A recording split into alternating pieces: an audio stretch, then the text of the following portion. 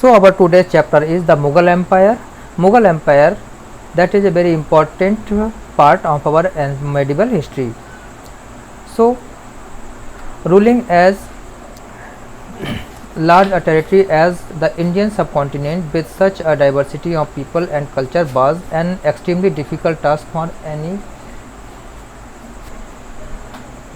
तो it was very difficult, middle age में बहुत डिफ़िकल्ट था.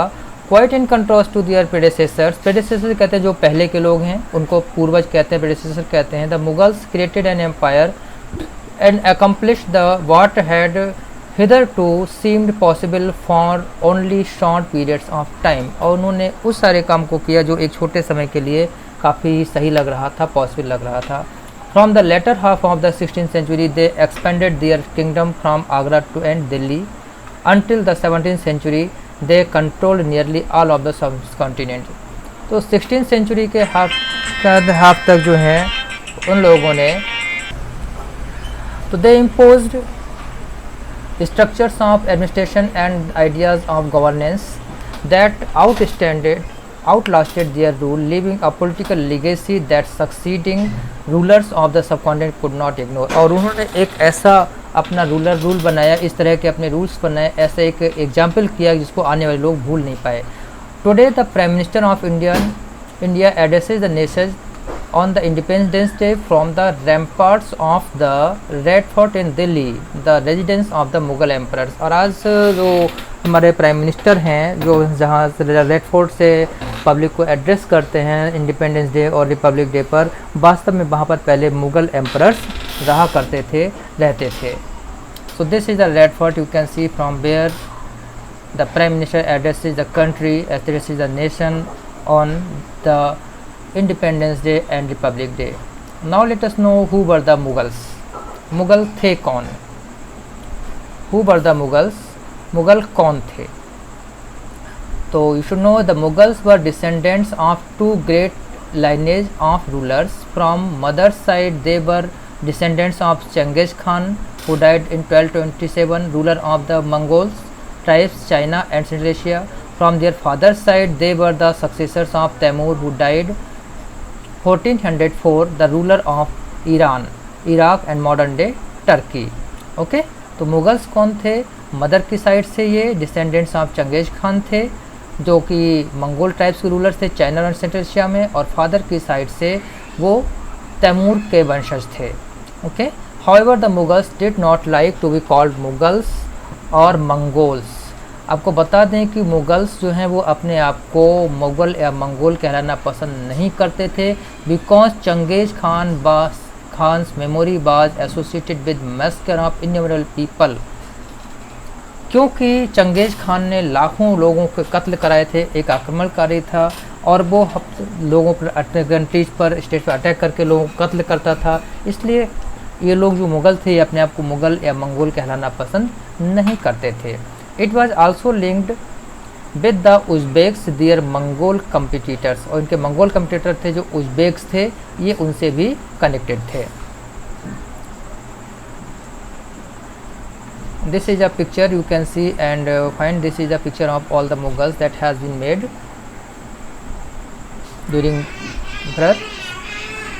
मुगल्स पर प्राउड ऑफ देयर टिमोरिड एंसेस्ट्री. अपने टिमोरिड तैमूर के एंसेस्ट्री पर वो उनको बहुत प्राउड था. Not least of all because their great ancestor had captured Delhi in 1398. और इसलिए उनको प्राउड था क्योंकि 1398 में उसने दिल्ली को जीत लिया था. They celebrated their genealogy pictorially. उन्होंने पिक्चर की सहायता से अपने जेनोलॉजी को, अपने फैमिली वंश को दिखाया था. और जो each picture getting a picture made of Timur and himself. Take a look of the picture 2 which is somewhat like a group photograph. ये जो है ये ग्रुप फोटोग्राफ जैसा, ये तैमूर बीच में और ये बाकी के मुगल्स यहाँ पर बैठे हुए हैं, जिसको कि बाद में बनवाया गया था. नाउ मुगल मिलिट्री कैंपेन्स होते हैं अभियान. मुगलों के मिलिट्री कैंपेन्स कैसे थे? Babur the first Mughal emperor 1526 to 1530 succeeded to the throne of Fergana in 1494 when he was only 12 years old. Babur जब 12 साल का था तो उसने फरगाना का, इसको फरगाना बोलते हैं, फरगाना का थ्रोन लिया था, राजा बना था. और he was forced to leave his ancestral throne due to the invasion of another Mughal group the Uzbeks, और उज़्बेक्स की वजह से उसको अपना एंसेस्ट्रल थ्रोन को छोड़ना पड़ा था, वहाँ से भागना पड़ा था। After years of wandering he seized Kabul in 1504। In 1506 he defeated the Sultan of Delhi Ibrahim Lodi at Panipat and captured Delhi and Agra। ये जो 1526 का जो बैटल ऑफ पानीपत है, ये हिस्ट्री में बहुत ही इम्पॉर्टेंट है, क्योंकि इसी बैटल से भारत में मुग़लों के शासन की नींव पड़ी थी। ओके, इब्राहिम लोदी उस समय दिल्ली का राजा था, सुल्तान था। टेबल 1 ये आपको इन्होंने चार्ट दिया, उस चार्ट को आप देख लेंगे और उसमें आपको काफ़ी कुछ मिलेगा, रिलेशनशिप मिलेगा, 6 के बारे में मिलेगा, काफ़ी कुछ आपको इन्फॉर्मेशन मिलेगी जो कि आपको देखनी है। और ये आपका एक सीन है जो ये अपने तोपों से लड़ते थे, कैनन से लड़ते थे, और ये सीन आपका दूसरा है मुग़ल आर्मी ऑन कैंपेन, और जो फिगर 4 है कैनन्स पर इम्पॉर्टेंट एडिशन 16th सेंचुरी, और तोपों के बल पर ही बाबर ने हुमायूं को हराया था। सॉरी, हुमायूं बोल गया मैं, बाबर ने अपने दुश्मनों को हराया था। ये आपकी टेबल है, देखिए मुग़ल एम्परर्स की, इसको आप पढ़ लेंगे कि बाबर कब से कब तक हुआ था। 1526 टू 1530 रहा था। हुमायूं वाज फ्रॉम 1530 to 1540, और Humayun divided his inheritance according to the will of his father brothers were each given a province. पिता ने कहा था कि राजा बनो तो इनको बांट देना, उसने पिता की मर्जी के हिसाब से उनको बांट दिया था। And the ambition of his brother Mirza Kamran weakened Humayun's cause against Afghan competitors. Okay, तो इस पोर्शन को आप पढ़ लेंगे। Akbar was 13 years old when he became emperor. His reign can be divided into 3 periods में उसका रेन है। 1556 से 1570 तक रहा, और इस दौरान उसने एक रिवोल्ट दबाना पड़ा जो उसके अपने भाई था मालबैंड गोंडा, and to suppress the revolt of his half brother Mirza Hakim. उसका हाफ ब्रदर इसलिए है क्योंकि वो सगा भाई नहीं था, इसलिए उसको हाफ ब्रदर कहा गया है, और उज़्बेक के उसको अपने को भी दबाना पड़ा था। Now let us go for the main part. Again there is Jahangir, ये जहांगीर का रीजन है। Prince Khurram, the future emperor Shahjahan rebelled against the last years of his reign. The efforts of Noor Jahan, Jahangir's wife, to marginalize him were unsuccessful। फिर शाहजहाँ का जिक्र होता है। शाहजहाँ जिसने आपका आगरा फोर्ट बनवाया था, और शाहजहाँ जिसने आपका ध्यान होगा ताजमहल बनवाया हुआ है। ओके, और यहाँ पर एक चीज़ I was wrong to say, Shahjahan did not build the Red Fort।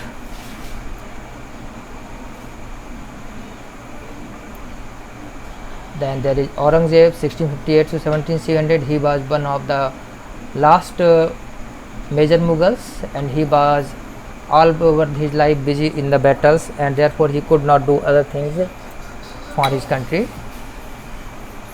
and his death was followed by a succession conflict amongst his sons। बेटों के बीच की जो मौत हुई है उसके साथ ही उसकी डेथ के साथ में ये सब होता चला गया है। ये आपका जो है औरंगजेब का रूल है, किस तरीके से कहाँ था फैला। ये जो आपको इसमें लाइट पिंक कलर का जो पोर्शन देख रहे हैं, ये आपका औरंगजेब का रेन है। Now Mughal tradition of succession. Mughal की ट्रेडिशन क्या थी, यानी कि उनका उत्तराधिकारी कौन बनेगा, तो उसके लिए था कि the Mughals did not believe in the rule of primogeniture where the eldest son inherited his father's estate. मुग़लों में वो रूल नहीं था जैसा कि हमारे यहाँ भारत में था और अन्य देशों में रहा है कि जो सबसे बड़ा बेटा है वो राजा बनेगा, लेकिन इनमें ऐसा नहीं था। क्या था, instead of they followed Mughal and Timurid custom of coparcenary inheritance और a division of the inheritance amongst all the sons. बल्कि होता यह था कि जो राज्य है वो सारे बेटों में बराबर बढ़ जाता था। And follow the highlighted passage in the table 1 और आपको उसमें पता चल जाएगा। Mughal marriage with Rajput. The mother of Jahangir was a Kachhwaha princess, daughter of the Rajput ruler of Amer. इसको आमेर पढ़ेंगे, B will be silent. Modern day Jaipur. The mother of Shahjahan was Rathore princess, daughter of the Rajput ruler of Marwar Jodhpur. Mughal relations with other rulers, table को आप देखना पड़ेगा। You will notice that the Mughal rules जो इसमें यह कि मुग़ल रूल ने जो है दूसरे रूलर के साथ में अच्छे रिलेशंस बनाए। उन्होंने जो है अदर कंट्री से, अदर प्लेसेस से, अदर किंग से मैरिजेस की, उनके यहाँ अपने उनकी जो प्रिंसेस थी उन बेटियों से शादी करते थे और उनके मैरिटल रिलेशंस क्रिएट करते थे और राजपूत राजाओं को अपने अच्छे अच्छे पोस्ट देते थे, उनको अपना बहुत ही विश्वासपात्र बना के रखते थे, जिसके चलते बहुत ही अच्छे इन्होंने रिलेशंस क्रिएट किए। लेकिन सारे के सारे राजपूतों ने इस चीज़ को एक्सेप्ट नहीं किया। सिसोदिया राजपूत ने refuse to accept Mughal authority for a long time. Once defeated however they were honourably treated by the Mughals, given their lands Patan back as assignment Batan Jagir. The careful balance between the defeating but not humiliating their opponents enabled the Mughals to extend their influence over many kings and chieftains, but it was difficult to keep the balance all the time. सारे के सारे राजा इसको नहीं मानते थे कि हम आपके गुलाम बनकर रहेंगे। जैसे इनमें सबसे बड़ा नाम आता है महाराणा प्रताप जी का, जिन्होंने सब कुछ खोने के बाद भी, जंगलों में घास की रोटियां खाने के बाद भी अकबर की गुलामी को स्वीकार नहीं किया था और उन्होंने नहीं कहा माने कि हम तुम्हारे अंडर काम है। उन्होंने कहा हम आज़ाद हैं और आज़ाद रहेंगे और हम तुम्हारे गुलाम बनकर क्यों रहें। तो ये भी चीज़ें उस समय सामने they are have always been there because some people like their self respect more than anything else. Mansabdar and jagirdar ये दोनों हमारे ये पोस्ट हुआ करते थे। तो इसमें ये कौन होते थे आप इसको देख लीजिए, समझ लीजिए कि who was mansabdar. From a small nucleus of Turkish nobles they expanded to include Iranians. उन्होंने ईरानियंस को ऐड किया, इंडियंस को, मुस्लिम्स को, अफगान, राजपूत, मराठा उससे थे। तो those who joined Mughal service were enrolled as mansabdar. जो लोग मुगलों की सेवा में आ जाते थे, नौकरी में आते थे, उनको मनसबदार कहा जाता था। The term mansabdar refers to an individual who holds a मनसब। ऐसे पोस्ट को व्यक्ति लेगा जो कि जिसके पास मनसब होता है और मनसब का मीनिंग होता है पोजीशन और रैंक, आपका पास कौन सा पद। It was a grading system use by Mughals to fix one rank, salary and military responsibility. Mansabdar जो था एक पोस्ट थी जिसके बेसिस पर रैंक, सैलरी और मिलिट्री रिस्पॉन्सिबिलिटीज को डिसाइड किया जाता था। Ranks and salary were determined by a numerical value called zat. इसको जट कहते थे। जिस तरीके से क्या था, ये न्यूमेरिकल वैल्यू होती थी। The higher the zat the more prestigious was the nobles position in the court and the larger his salary. जितने बड़े जट उतनी ज़्यादा की हाई सैलरी, उतनी ज़्यादा आपके position. The mansabdars military responsibility required him to maintain a specified number of savar or cavalry, but the Mansabdar brought his cavalrymen for review, got registered, their horses branded, and then received money to pay as them as salary. Mansabdar received their salaries as revenue assignments called jagirs, which were somewhat like iktas, but unique muktis. Most Mansabdar did not actually reside in or administer their jagirs. They only had rights to the revenue of their assignments, which were collected for them by their servants. तो जो मनसबदार थे उनको salary मिलती थी और salary का काम क्या था, उनका काम था अपने को मिले हुए सवार या जो सोल्जर्स मिले थे उनकी देखभाल करना, उनको अपने अंदर में रखना, उनको ट्रेन करना और ज़रूरत पड़ने पर राजा को दे देना। ओके, अब जट रैंकिंग क्या थी। Nobles with a zat of 5000 were ranked higher than those of 1000 in Akbar's दिन। But there were 29 mansabdars with rank of 5000। 5000 zat वाले जो थे वो 29 थे। औरंगजेब के रेन में a number of mansabdar had increase to 79। Okay, अब नेक्स्ट है mansabdars themselves served in some other part of the country. किसी दूसरे पार्ट में वो सेवा करते थे और अपनी जगह पर किसी को अपना असिस्टेंट बनाकर छोड़ देते थे। In Akbar's reign, these jagirs were carefully assessed so that their revenues were roughly equal to the salary of the mansabdar. Akbar के समय में इन जागीरदारों की, मनसबदारों की जागीर की जांच होती थी कि ये कहीं इतना ज़्यादा टैक्स ना ले लें कि आम जनता मर जाए। और by Aurangzeb reign this was no longer case and actual revenue collected was often less than the granted sum. लेकिन औरंगजेब के समय में जो है जो एक्चुअल रेवेन्यू होता था वो कलेक्टेड सम से बहुत कम होता था। There was also a huge increase in the number of mansabdar. Mansabdars भी बहुत बढ़ गए थे, which meant a long wait before they received a जागीर, और इसलिए उनको जागीर बहुत देर से मिल पाती थी। These and other factors created a shortage in the number of jagirs. Jagirs की संख्या में कमी होती चली गई। As a result, many जागीरदार्स tried to extract as much revenue as possible while they had a जागीर। तो जागीरदार ये सोचते जब तक जागीर है, क्योंकि हमेशा तो रहेगी नहीं, हमारे बाद किसी और को मिल जाएगी, तो ज़्यादा से ज़्यादा पैसा कमा लेना चाहते थे। और औरंगजेब इन जागीरदारों को, मनसबदारों को कंट्रोल नहीं कर पाया, जिसकी वजह से किसानों को बहुत ज़्यादा सफ़र करना पड़ा। ये आप यहाँ पे देख सकते हैं कि किस तरीके से ये अकबर के दौरान, अकबर ड्यूरिंग अकबर था कि टैक्स कलेक्शन के लोग कैसे थे, और जो नीचे के लोग थे बाद में औरंगजेब के टाइम में किसानों को इस तरीके से बहुत ही टॉर्चर किया जाता था। अब है zabt and zamindar. The main source of income available to Muslim Mughal rulers was tax on produce of the peasantry. Peasantry कहते हैं किसान, किसानों की उपज से जो टैक्स मिलता था वही आय का मेन स्रोत था। In most places peasants paid taxes through the rural elites, that is the headman और द लोकल चीफ्टन। जो लोकल सरदार होता था, चीफ्टन होता था, उसको जो है किसान अपना टैक्स देते थे। The Mughals use the term zamindar to describe all intermediaries whether they were local headman और विलेजेस और पावरफुल टेरिटरीज। अब जो भी बीच में व्यक्ति किसानों से टैक्स इकट्ठा करता था उसको जमींदार कहा जाता था। Akbar's revenue minister Todarmal carried out careful survey of crop. जो टोडरमल थे वो रेवेन्यू मिनिस्टर थे, ये बहुत ही अच्छे तरीके से उसको देखते थे और उन्होंने एरिया को 10 ईयर पीरियड के लिए डिवाइड कर दिया था और उसी बेसिस पर जो है टैक्स को कलेक्ट करते थे। और जो टैक्स था वो इस बात पर डिपेंड करता था कि वहाँ की ज़मीन कैसी है। और जो टोडरमल का रेवेन्यू सिस्टम था उसको जब्त कहा जाता था। It was present in those areas where Mughal administrators could survey the land and keep very careful accounts. This was not possible to provide to province such as Gujarat and Bengal में पहुँचने क्योंकि बहुत दूर थे। In some areas the zamindars exercised a great deal of power. The exploitation by Mughal administrators could drive them to rebellion. जब बहुत ज़्यादा लोगों को परेशान करते थे जमींदार तो लोग इनके खिलाफ खड़े हो गए और कई जगह पर विरोध हो गया। और इसके बारे में जानकारी आपको अकबर के नामा और आईन अकबरी में मिलेगी। ये दोनों बुक्स हैं जो कि बहुत ही फेमस हैं और जो अबुल फजल था इसने इन बुक्स को लिखा है। और Ain Akbari is its rich statistical about the things डेवस there. Closer look at Akbar policy. अकबर की पॉलिसी क्या थी? तो the broad features of administration were laid down by Akbar and were elaborately discussed by Abul Fazl in his book the Akbarnama. Abul Fazl ने अपनी book Akbarnama और आईन अकबरी में अकबर की पॉलिसीज़ को बहुत ध्यान से लिखा है। Abul Fazl explained that the empire was divided into provinces called subas, उनको सूबा कहते थे, governed by a सूबेदार who carried out both political and military functions. Each province also had a financial officer और दीवान। हर एक प्रोविंस में एक financial officer या दीवान होता था। For maintenance of peace and order in his province the subedar was supported by this officers. तो सूबेदार जैसे हमारे राज्यपाल होता है उस तरह से होता था चीफ, और उसका काम होता है जहाँ पर शांति व्यवस्था बनाए रखना। Such as the military pay master bakhshi, the minister in charge of religious and charitable patronage बाज sadr, military commanders faujdars and the town police commander कोतवाल।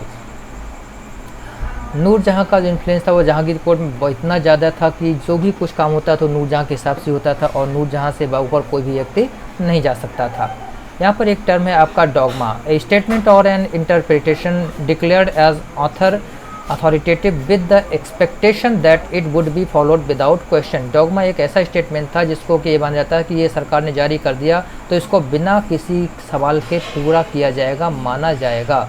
और बाय गॉड क्या था? An individual who is intolerant of another person religious beliefs और culture. जो व्यक्ति दूसरे के धर्म को, दर्शन को, उनके विश्वास को नहीं मानता था, बर्दाश्त करता, उसको डॉगमा कहा जाता था। तो while Akbar was at Fatehpur सिटी during 1570s he started discussions on religion with ulema, Brahmins, Jesuits, मतलब उसने सभी धर्मों के जो धार्मिक लोग थे, उलमा, ब्राह्मण, जेसुइट, कैथोलिक्स, जोरिस्टियन, उन सबको बुला के उसने चर्चा कराई, धर्म चर्चाएँ कराई। इन डिस्कशंस को जो है वो इबादत खाने में कराता था। He was interested in the religion and social customs of different people. Different people के जो कस्टम थे उनको जानना चाहता था। Akbar's interaction with people of different faiths made him realise that religious scholars who emphasise ritual and dogma were often bigots. तो अकबर ने ये नतीजा निकाला कि जो धार्मिक लोग हैं, जो हमेशा चीज़ों को बहुत ज़्यादा एम्फेसाइज करते हैं, वास्तव में वो ऐसे लोग हैं जो दूसरों के धार्मिक विश्वास को बर्दाश्त नहीं कर सकते हैं। Their teachings created divisions and disharmony amongst the subjects. और इनकी जो शिक्षाएं हैं वो लोगों के बीच में डिवीज़न पैदा करते हैं और एक दूसरे के लिए नफरत पैदा करते हैं। ये जो सीन है ये इस तरह का डिस्कशन का है जहाँ पर अकबर अलग अलग धर्म के लोगों को बैठा के बातचीत करता था। This led Akbar to the idea of sufi sulh kul और यूनिवर्सल पीस। सुलह कुल या यूनिवर्सल पीस की आइडिया पैदा हुआ, और this idea of tolerance did not discriminate between people of different religions in his realm. अपने रियल्म, अपने राज्य में वो किसी धर्म के लोगों के साथ जो है भेदभाव नहीं करता था। Instead it focused on a system of ethics, honesty, justice, peace that was universally applicable. तो उसने इन चीज़ों पर ध्यान दिया जो कि लोग सब माने। Abul Fazl helped Akbar in framing a vision of governance around this idea of sulh kul. Abul Fazl ने इसमें बहुत ही हेल्प की थी। And this principle of governance was followed by Jahangir and Shahjahan. Jahangir Shahjahan ने इसको फॉलो किया, लेकिन औरंगजेब ने इसको फॉलो नहीं किया, और नतीजा ये हुआ कि मुग़ल साम्राज्य, मुग़ल एम्पायर बर्बादी की ओर, ख़त्म की ओर चला गया। तो जहांगीर का सन जो अकबर का जो सन जहांगीर था, describe his father policy of sulh kul in the following words. इसको आप पढ़ लीजिएगा। एंड देयर इज़ नथिंग, उन्होंने केवल कहा है कि ये क्या है। इसने ये बताया हुआ कि ये एक ऐसी चीज़ है जो कि सबको साथ लेकर चलती है और हर तरह से भेदभाव को ख़त्म करती है। The Mughal empire in the 17th century, 17th century उसके बाद मुग़ल एम्पायर क्या था, about this we will discuss later because the timing is going very long just now.